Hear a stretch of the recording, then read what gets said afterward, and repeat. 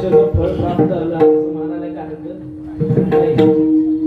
माझा तर असं विचार आहे 36 वर्ष आहे तर कमीत कमी 36 जणांनी तरी माळी घातल्या पाहिजे.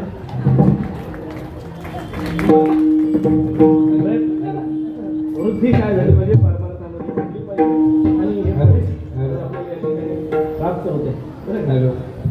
असं सगळ्यांनी त्यांचं अभिनंदन केलं पाहिजे. कारण माळकरी होणे याच्याकरता सुद्धा धैर्य लागतं ना.